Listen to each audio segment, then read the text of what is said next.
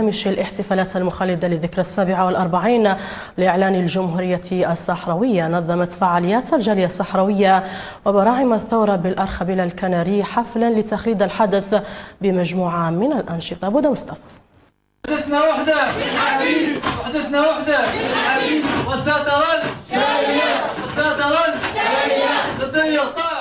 شهدت منطقة لوس كريستيانوس السياحية بجزيرة تينيريف الكنارية صباح السبت 4 مارس 2023 تنظيم حفل للجالية الصحراوية بمناسبة الذكرى 47 لإعلان الجمهورية، وذلك بحضور عمدة بلدية آرونا وتمثيلية الجبهة الشعبية بكناريا إلى جانب أعضاء من لجان التضامن الكنارية مع الشعب الصحراوي وأفراد الجالية الصحراوية بتنريفي.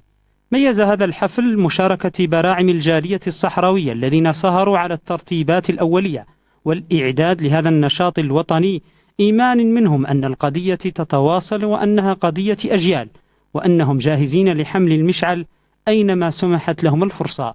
استهل الحفل بتلاوة الفاتحة ترحما على شهداء الثورة الصحراوية وعرض النشيد الوطني إجلالا وإكبارا للدولة الصحراوية، ثم عرض فيلم وثائقي من إعداد طلبة وتلاميذ الجالية الصحراوية.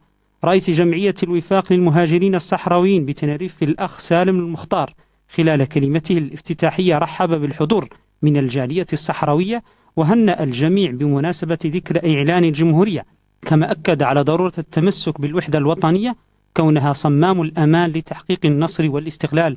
ممثل الجبهة بكناريا الأخ حمدي منصور تطرق في كلمته المفصلة إلى الدلالات السياسية والتاريخية لذكرى إعلان الجمهورية وما تمثله من تطور على مستوى المسيرة النضالية للشعب الصحراوي رقما عن الأطماع الاستعمارية والتوسعية في المنطقة. تخلل الحفل وصلات غنائية ورقصات فلكلورية تعكس تراث وتقاليد وخصوصية الشعب الصحراوي الأصيل وسط كلمات حماسية وتكرير الشعارات الوطنية لأفراد الجالية عبروا عن تمسكهم برائدة كفاحهم وممثلهم الشرعي والوحيد الجبهة الشعبية لتحرير ساقية الحمراء ووادي الذهب. هذا وخلدت الجالية الصحراوية بمدينة